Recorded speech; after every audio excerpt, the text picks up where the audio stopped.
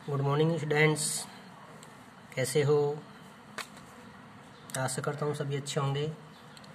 देखिए विद्यार्थियों, हमने पिछले वीडियोज़ में अलंकार पढ़ा था।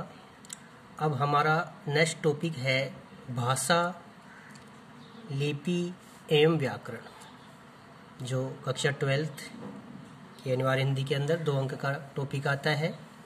भाषा किसे कहते हैं, लिपि किसे कहते हैं, भाषा और बोली में अंतर क्या है, व्याकरण से आप क्या समझते हैं, लिपि की परिभाषा, लिपि की विशेषताएं, इस तरह के संबंधित किसी प्रकार का किसी भी टाइप का क्वेश्चन पहुंच सकता है। तो देखिए, पहले हम जानेंगे भाषा क्या है। देखिए विद्यार्थियों, हिंदी जो है हमारी मातृभाषा है। एक होता है मातृ शब्द, जिसका अर्थ होता है केवल, समझे? उसका अर्थ होता है केवल। यहाँ शब्द है मातृ। हिंदी हमारी मातृभाषा है। मातृ शब्द का शाब्दिक अर्थ क्या होता है? माता के द्वारा सीखी गई भाषा, माता के द्वारा सीखी गई भाषा। अब देखिए भाषा क्या है, भाषा से क्या अभिप्राय है। देखो, हर जीव की एक अपनी भाषा होती है। जैसे पक्षियों की भी अपनी भाषा है, पशुओं की भी अपनी भाषा है। वो अपनी भाषा में एक दूसरे के भावों को, विचारों को समझ लेते हैं। जैसे कोई पक्षी को किसी से चोट पहुंची है, दुख हुआ है, तो अपनी उस आवाज़ में वो बोलता है, तो दूसरा पक्षी उसकी आवाज़ के मर्म को समझ लेता है। ऐसे ही पशु हैं, वो किस उद्देश्य से चिल्ला रहे हैं या बोल रहे हैं, दूसरा जानवर जहाँ तक है उसकी भावों को, उसके विचारों को समझ लेता है। ऐसे ही मनुष्य की एक अपनी भाषा है, जिस भाषा के द्वारा मनुष्य अपने विचारों को, अपने मनोभावों को बोलकर या लिखकर प्रकट करता है, जिससे दूसरा व्यक्ति उसको सुनता है या पढ़ता है तो उसको वो समझ लेता है। तो ये हुई भाषा, समझ गए? तो हम भाषा के बारे में हम देख रहे हैं। मनुष्य एक समाज में रहने वाला प्राणी है, ये हम सब जानते हैं। मनुष्य एक सामाजिक प्राणी है, एक समाज में रहता है, एक सभ्य समाज में रहता है। पहले यदि हम देखें कि मानो एक आदि मानव था जो जंगलों में रहता था, कंदमूल खाता था। धीरे धीरे जैसे वो सभ्य हुआ, उसके आचार व्यवहार में परिवर्तन आता गया, उसकी भाषा में भी सुधार होता गया, उसकी भाषा भी परिष्कृत होती गई, सुदृढ़ होती गई, और एक सभ्य भाषा का वो प्रयोग करने लगा। इसलिए हम कहते हैं कि मनुष्य एक सामाजिक प्राणी है। अतः मनुष्य अपने भावों और विचारों को बोलकर या लिखकर प्रकट करता है, तथा दूसरे के भावों व विचारों को सुनकर या पढ़कर प्रकट करता है। भाषा इन्हीं विचारों को आदान प्रदान का एक आसान साधन माना जाता है। समझे? भाषा यही क्या करती है? इन्हीं विचारों का आदान प्रदान करने का कार्य करती है। अब देखिए, भाषा जो शब्द है, इसकी उत्पत्ति कैसे हुई? भाषा शब्द हमारी मूल भाषा जो संस्कृत है, हमारी मूल भाषा क्या थी पहले? संस्कृत। उसी से परिष्कृत होती हुई आज हम यहाँ तक पहुँचे। तो जो मूल भाषा संस्कृत है, उसकी जो भास धातु है, क्या है? भास धातु। संस्कृत में धातु बोलते हैं और हिंदी में उसको क्या बोलेंगे? क्रिया। धातु को क्या बोलते हैं? क्रिया। क्रिया किसे कहते हैं? जिससे कार्य का किया जाना या हुआ पाया जाए, उसे क्रिया कहते हैं। तो भास धातु से लिया गया है, जिसका अर्थ है बोलना या जानना या विचारों को प्रकट करना। भास शब्द का क्या अर्थ हुआ? बोलना या जानना या विचारों को प्रकट करना। समझ गए? नेक्स्ट है भाषा की अब परिभाषा क्या है, पहले तो हम जान लिए भाषा शब्द की उत्पत्ति किससे हुई है, भाष धातु से ही हुई है। हिंदी में इसको क्रिया शब्द बोलते हैं। भाष का अर्थ होता है बोलना या जानना। अब भाषा की परिभाषा हम जानेंगे।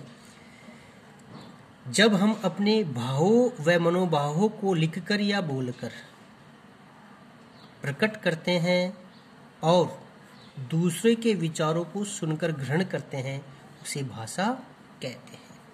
अपने मन में क्या भाव उमड़ रहे हैं, क्या विचार है, दूसरा व्यक्ति नहीं जान सकता। जब हम उन्हीं विचारों को या मनोभावों को या तो अपने मुख के द्वारा, वाणी के द्वारा उसको बोलें या उनको लिखें। अब उन बोले हुए शब्दों को कोई सुनता है या लिखी हुई जो पंक्तियाँ हैं उनको कोई पढ़ता है, दूसरा व्यक्ति उनको ग्रहण करता है, सुनता है या पढ़ता है, तो उसे हम क्या कहते हैं, भाषा कहते हैं। समझे कि भाषा से क्या तात्पर्य, भाषा किसे कहते हैं, भाषा की परिभाषा बताइए। समझ में क्वेश्चन आए तो आप इसकी ये परिभाषा बताना। अब देखिए विद्यार्थियों, भाषा के रूप, भाषा के रूप, भाषा के ये 3 रूप हैं। पहला है मातृभाषा। मातृभाषा पूर्व में मैं आपको समझा चुका हूँ।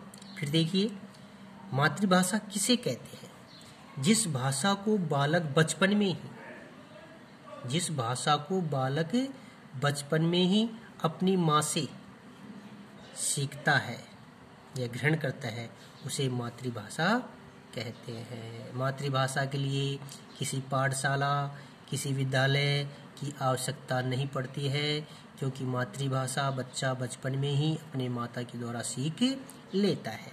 वो बहुत सारे शब्दों को, बहुत सारे वाक्यों को, बहुत सारे विचारों को बिना पाठशाला गए ही वो घर पे ही अपनी माता के द्वारा सीख लेता है। समझे? तभी कहा जाता है बच्चे की प्रथम पाठशाला क्या है, परिवार। और उस परिवार की शिक्षिका कौन होती है, मुख्य होती है माता। तो समझे? दूसरा रूप है भाषा का राष्ट्रभाषा। देखिए हर राष्ट्र की अपनी अपनी भाषा होती। अब राष्ट्रभाषा किसे कहते हैं, जिस देश के अंदर जिस भाषा को बहुसंख्यक लोग बोले और उसको जाने, वो उस देश की राष्ट्रभाषा मानी जाती है। ऐसे ही हमारे देश में राष्ट्रभाषा हिंदी को माना गया, क्योंकि ये बहुसंख्यक रूप में बोली जाती है, जानी जाती है, तो इसको हम राष्ट्रभाषा घोषित किया गया। यदि हम देखें, पहले हमारे विदेशी आक्रांता यहाँ आए तो फारसी भाषा का ज़्यादा प्रचलन था। उसके उपरांत अंग्रेज आए तो अंग्रेजी भाषा का प्रचलन रहा, इसलिए अंग्रेजी हमारी उस समय की राष्ट्रीय भाषा हो गई। धीरे धीरे अंग्रेज़ों का यहाँ शासन समाप्त हुआ, हिंदुस्तान के लोग सब अपनी आज़ादी प्राप्त करें। 47 के बाद में देखा गया यहाँ कि यहाँ ज़्यादातर लोग कौन सी भाषा को बोलते हैं, तो उसमें हिंदी सर्वोपरि रही। हालांकि अंग्रेजी भी एक बड़े वर्ग के द्वारा बोली गई है, लेकिन अंग्रेजी को राष्ट्रभाषा घोषित नहीं किया गया है। हालांकि सरकारी कामकाजों में आज भी अंग्रेजी का प्रयोग हो रहा है, लेकिन हमारी राष्ट्रभाषा क्या है, हिंदी। अब देखो राष्ट्रभाषा का शाब्दिक अर्थ क्या होता है, शॉर्ट में आपको बता देता हूँ। समस्त राष्ट्र में प्रयुक्त भाषा वो क्या कहलाएगी, राष्ट्रभाषा, अर्थात आम जन की भाषा। आम जन यानी कि ज़्यादातर लोग जिस भाषा का प्रयोग करते हैं वो उस देश की राष्ट्रभाषा कहलाती है। तो हमारी राष्ट्रभाषा क्या हुई, हिंदी। हिंदी को क्यों राष्ट्रभाषा घोषित किया गया है, क्योंकि ये आम जन के द्वारा, बहुसंख्यक के द्वारा इस भाषा का इस्तेमाल किया जाता है, इसलिए इसको राष्ट्रभाषा घोषित किया गया। ठीक है स्टूडेंट्स, नेक्स्ट देखिए, आपने पढ़ा मातृभाषा, राष्ट्रभाषा, अब है राजभाषा। ये भाषा के रूप है, इनमें अंतर है। अब राजभाषा का शाब्दिक अर्थ होता है सरकारी कामकाज की भाषा। समझे? जब किसी देश में सरकारी कामकाज में जिस भाषा का प्रयोग होता है उसे राजभाषा कहते हैं। समझे?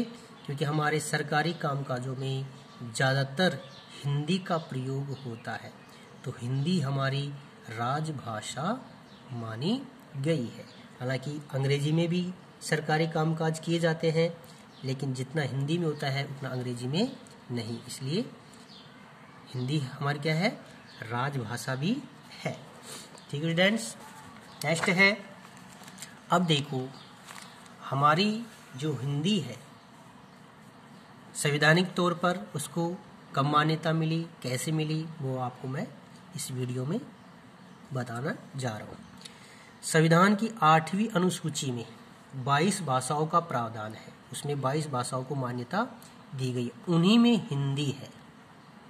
समझे, उन्हीं में क्या है, हिंदी है। अब देखिए 14 सितंबर 1949 को संविधान सभा द्वारा अनुच्छेद 343 भाग 17 में हिंदी को राजभाषा घोषित किया गया है।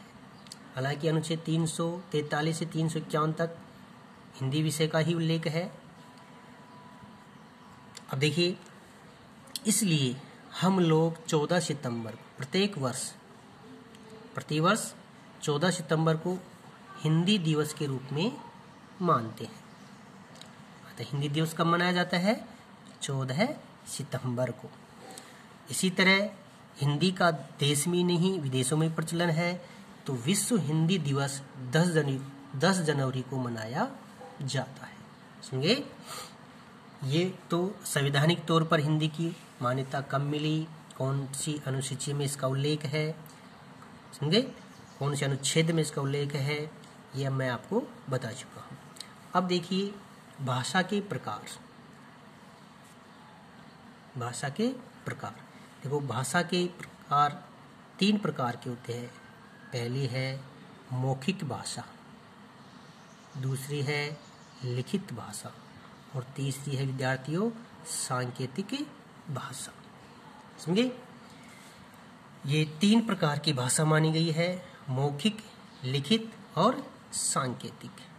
मौखिक आप समझ पा रहे हो, जो मैं बोल रहा हूँ आप सुन रहे हैं, ये क्या हुआ, मौखिक भाषा। और जो आप ये मेरे लिखे हुए को देख रहे हो और आप इसको पढ़ रहे हो सुनने के साथ पढ़ भी रहे हो, तो ये हुई लिखित भाषा। साथ में सांकेतिक भाषा क्या हुई, संकेतों के द्वारा, इशारों के द्वारा जो अपने मंतव्य को स्पष्ट किया जाता है, वो सांकेतिक भाषा हुई। कई बार आप कक्षा में जब हम रहते हैं, तो जब कोई बच्चा शरारत करता है तो आंखों के इशारे से उसको डांट दिया जाता है, वो समझ जाता है कि सर मुझे डांट रहे हैं। कई बार आंखों के इशारों से उसको बुला भी लिया जाता है। कई बार आप आंखों के इशारों से खेलने का संकेत भी कर लेते हैं। तो ये हो गई सांकेतिक भाषा। समझे, कई बार हाथ उठाकर रोकने का संकेत होता है, तो वो रुकने का संकेत हुआ। उसमें न तो लिखा गया है न बोला गया है, सिर्फ एक हाथ के इशारे से सिर्फ वो भाव समझ गया है कि सामने वाला व्यक्ति क्या कहना चाहता है। समझे, कई बार गर्दन के इशारे से पानी मांगने का इशारा होता है, तो कई बार हाथ मुंह की तरफ जाता है, खाने का इशारा करता है। तो ये बहुत सारी क्रियाएं होती है, ये सांकेतिक भाषा के अंतर्गत आती है। लेकिन कई विद्वान सांकेतिक भाषा को इसमें सम्मिलित नहीं किए हैं। 2 ही भाषाओं का ज़्यादा महत्व माना है, दिया है उन्होंने, मौखिक और लिखित, जो मैं आपको भी समझाने जा रहा हूँ। अब देखिए विद्यार्थियों, मौखिक भाषा क्या है। वैसे मैं आपको बता दिया कि जो आप सुन रहे हैं ये ही मौखिक है। भाषा का वह रूप जिसमें व्यक्ति बोलकर अपने विचार प्रकट करता है, बोलकर, और दूसरा व्यक्ति सुनकर उसे समझता है, उसे मौखिक भाषा कहते हैं। क्या कहेंगे उसके, मौखिक भाषा कहेंगे। जैसे एग्जाम्पल है इसके, टेलीफोन पे हम सिर्फ क्या कर रहे हैं, बात कर रहे हैं। समझे, सामने वाला व्यक्ति मान लीजिए हमें फ़ोन किया, तो हम उसको बात को क्या कर रहे हैं, मौखिक तौर पर सुन रहे हैं। टीवी देखना, जैसे एंकर समाचार सुनाता है तो क्या है, बोलता है, हम उसको सिर्फ क्या करते हैं, देखते हैं। ऐसे ही वार्तालाप, आपस में बात करना, ये भी मौखिक भाषा के अंतर्गत आता है।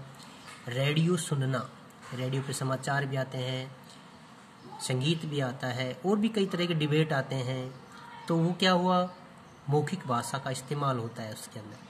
दूसरा, भाषण देना, किसी नेता के द्वारा, किसी छात्र के द्वारा जो भाषण दिया जाता है वो भी मौखिक भाषा के अंतर्गत ही आता है, जैसा है। और नेक्स्ट है डिबेट करना। टीवी के अंदर आप देखते हो 4-5 व्यक्ति बैठ जाते हैं, किसी टॉपिक को लेकर वो चर्चा करते हैं, बोलते हैं, पहले एक बोलता है, फिर दूसरा सुनता है, फिर तीसरा बोलता है, फिर वो चौथा सुनता है। इस तरह से वो डिबेट चलता है किसी टॉपिक को लेकर, तो वो क्या है, मौखिक भाषा के अंतर्गत आया। कॉन्फ्रेंस का कार्य भी आपने देखा होगा टेलीविजन के ऊपर, तो ये भी किस में आता है, मौखिक भाषा के अंतर्गत ही आता है। ठीक है, नेक्स्ट देखिए स्टूडेंट्स, लिखित भाषा। लिखित भाषा क्या है, भाषा का वह रूप, जैसे आप, लिखित भाषा क्या है, जैसे आप देख रहे हो, ये जो कागज पे मैंने लिख रखा है, आप इसको पढ़ रहे हैं। जैसे मैं नोट्स बना के भेजता हूँ, आप उसको पढ़ रहे हैं, पढ़ कर उसको समझ रहे हैं, वो ही लिखित भाषा है। तो इसकी हम परिभाषा जानेंगे। भाषा का वह रूप जिसमें व्यक्ति अपने मन के भाव लिखकर प्रकट करता है और दूसरा व्यक्ति पढ़कर उसकी बात को समझता है, उसे लिखित भाषा कहते हैं। समझे, व्यक्ति पढ़कर उसकी बात को समझता है, कोई पन्ना, कोई कागज, कोई पत्र उसके पास गया तो वो उसको पढ़ा और उस पढ़ता है, अब वो क्या लिख रहा है वो उसको समझता है, तो उसे ही हम क्या कहेंगे, लिखित भाषा। जैसे ही एग्जाम्पल है पत्र लेखन, जैसे कोई पत्र किसी ने लिखा, आपने उसको पढ़ा, तो क्या है, लिखित भाषा हुई। समाचार पत्र छप के आते हैं, टाइपिंग हो के आते हैं, तो लिखा हुआ है, छपा हुआ है, तो वो क्या है, लिखित भाषा के अंदर आया गया। दूसरा है पुस्तक, जो आप पढ़ते हैं, ये भी क्या है, लिखित भाषा के अंतर्गत ही आती है। ऐसे ही प्रश्न पत्र हल करना, जो आप एग्जाम के अंदर जो प्रश्न पत्र पढ़ते हो और उसको आप लिखते हो अपने नोटबुक के अंदर, ये भी लिखित भाषा के अंतर्गत ही आता है। समझे, तो ये हो गया आपका मौखिक भाषा और लिखित भाषा। तीसरा सांकेतिक भाषा, जो अब मैंने आपको बताया है, इशारों के द्वारा जो किसी के मन के भाव को जान लेना, समझ लेना, या अपने मन के विचारों को संकेतों के द्वारा किसी सामने व्यक्त कर देना, उसे सांकेतिक भाषा कहते हैं। कुछ विद्वान इसको मानते नहीं है, दो ही है जो मैंने आपको लिखकर बता दिया है यहाँ।